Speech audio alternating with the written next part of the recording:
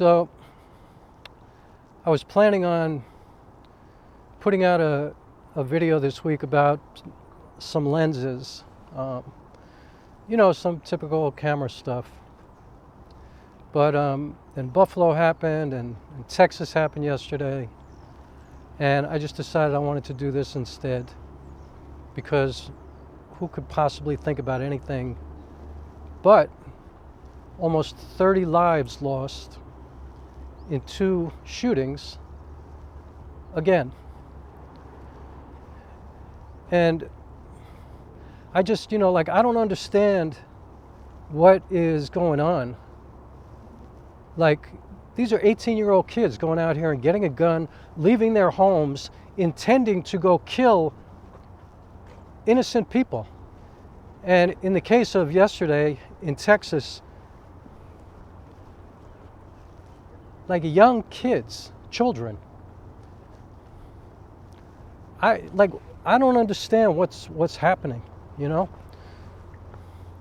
I have had the incredible opportunity for the past week and a half, almost 2 weeks, of doing a project.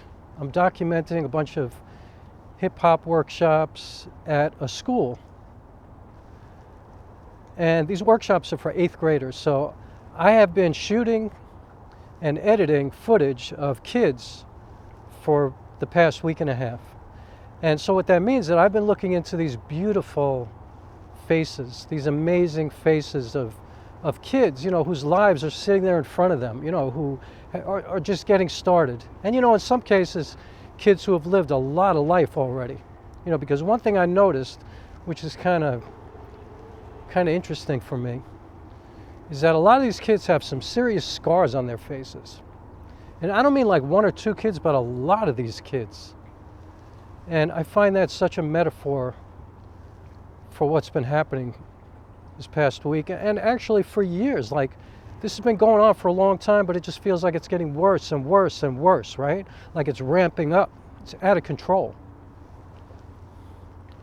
So I'm looking into the faces of these amazing, magnificent, talented, bright, you know, open kids, just kids.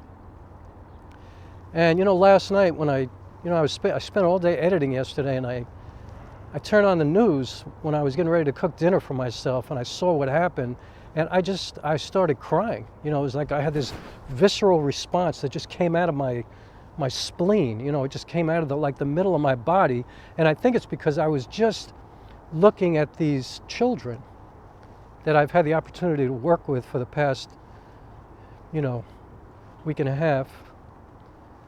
These eyes, you know, these faces, these innocent, you know, maybe not so innocent in some cases, you know, because they've had to endure, because these are challenged kids in a kind of a challenged community, kids with some disabilities and, you know, mostly learning disabilities. But, you know, still, like, I've worked with all kinds of kids over the years as an artist, you know, and I've seen kids who have privileged lives and kids who grew up in group homes and have no homes, and, you know, kids, incarcerated youth. I mean, I've worked with so many kids across the spectrum of life. But one thing I notice about kids is that they're always kids, you know, no matter what their experience is, no matter what they've been through. If you're 14, you're 14. I don't care what you've been through. I don't care how mature you are or how mature you seem or whatever. You're still a kid. You have like your whole life sitting in front of you. You're 14 years old. There's even a huge gap between like 14 and high school. You know what I mean? Like, high school kids are starting to get grown. Even though they're still kids, but they're starting to get grown. But 14. So anyway, I thought about these little kids yesterday, much younger than 14, and, you know, these 2 teachers that were killed, and I'm just like, what's going on with these 18-year-old kids who are picking up guns and creating manifestos, and who have these strong racist feelings, these fears that they're being replaced, or whatever, you know, whatever their feelings are, and whoever they're following. I mean, I don't even know. You know what I mean? Like, I don't know. I can't get to it, you know? But I do know that it's actually easier to obtain a gun in this country than it is to get a driver's license. It takes less effort to like just pick up a gun than to register your car. I mean, I'm not going to speak on any politics and power and the lack of empathy from the leaders of our country. Our leaders, our elected officials. I'm not going to speak on that, because all I want to speak on today is that, for me personally, all I could do, in my heart at least, is think about the parents, the families, the cousins, the uncles, the grandparents, the kids themselves, like everybody involved personally in these shootings. I just can't stop thinking about what they must be going through and what they must be feeling. And how, you know, we all have to just keep doing what we do. We have to keep working, you know, like I got up this morning and I just went for a run, you know. I'm going to go home, I'm going to make myself some breakfast, and I'm going to get in front of the computer and I'm going to edit all day. And actually that's going to carry me through the day, because I get to look at these incredibly gifted artists that I've been working with, first of all. You know, these unbelievable human beings who come in and give of themselves to these kids. You know, we're professional artists, you know, we get paid for what we do. But trust me when I tell you, we ain't rich. You know what I mean? Most artists that I know are not celebrities. You know, they're not making that kind of, you know, money where, you know, they can jet set around the world and buy 6 homes and, you know, own horses and, you know, like, we're just regular people. But I think there's a real magic to when artists get in front of kids, you know, and there's this exchange, because, you know, being an artist is like kind of extending your childhood. You know what I mean? Like, you still get to play. You know, you still get to explore, you still get to expand all the time. You know, you get to have fun. You know, you get to connect with people all the time. It's like being a kid in many ways. And so, I feel like I'm talking in circles right now, but I'm just saying that I get to get in front of this computer and look at these kids and re-experience over and over again what I've experienced for the past week. And you know, what I've done for many years in my career is to work with kids.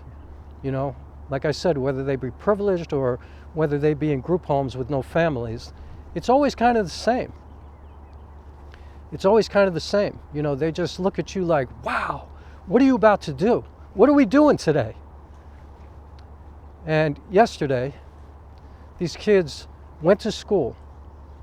These families, you know, sent their kids off to school in the morning, and all they thought about was, man, I hope my kid has some fun today. I hope my kid learns something today. You know, I can't wait to get home and see my kid when I get home, and we could have dinner and talk about the day's activities and what they did and what they learned, and I can share as much as I want to share with my kid. And, you know, like, I don't have a kid, so I can't even, it's like incomprehensible to me what it must feel like to send your kid off to school and then to get a phone call to come down to the school and drive up and see all these sirens and flashing lights and all this shit that's going on, and, you know, news and people sticking microphones in your faces and asking you how you feel. I can't even imagine what that feels like, but I can try. I can try. And I'm assuming it's not a good thing, to say the least.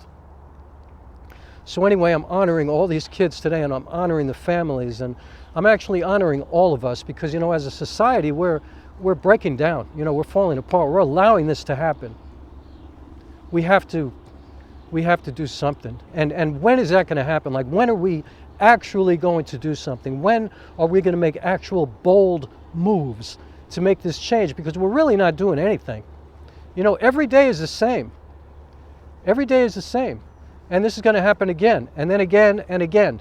And more children, from Sandy Hook to today, you know, from churches and young black children to every kid that has been murdered by a random person carrying a gun for some crazy reason that only they could possibly understand.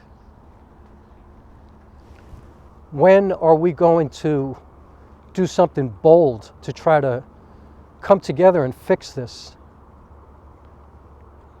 So anyway, I hope everybody thinks about this today. You know, I have, to all of my friends who have children, my heart is yours today. Like, I can't imagine how this touches you. Like, yo, you got to send your kids off to school today. Maybe a lot of you are homeschooling now. You know, it's a scary world, you know. Some guy gets shot on the Q train the other day going to brunch, 11:30 in the morning, over the Manhattan Bridge on the Q train, gets shot for no reason. He's just going to brunch. He doesn't know the guy who shot him. The guy who shot him doesn't know him. He just picked him randomly. And now he's dead. And so somebody's brother is dead. Somebody's son is dead. Somebody's uncle is dead. Somebody's best friend is dead just because of random gun violence. What are we doing? What is this all about? What's going on? Anyway, now I feel like I'm beginning to ramble, so I'm going to stop, but I just wanted to put this out into the universe. I'm thinking about it. I hope you're thinking about it. You know, it's heavily on my mind. What are we doing? And all the love to, all the love, and I hate to say prayers and blessings and all that shit. Like, I'm just thinking about all these people today, and that's it. That's all I can do. And then I'm going to get on my computer and I'm going to look at these kids all day and these edits and this great opportunity that I have to document them for as long as the film exists. I think that's a beautiful thing, and I think that it's just like I said, a great opportunity for an artist like myself to be able to contribute to the lives of children and families, and hopefully all the people involved that I'm shooting and documenting will have the opportunity to look back and see themselves when they were young and share it maybe with their parents when their parents are older, and you know, they'll be able to look back and go, you know what, that was really a great experience, and hopefully they'll all be alive to do that. And you know, I know that sounds morbid and kind of negative, but that's what I hope. I hope that they're all alive to do that.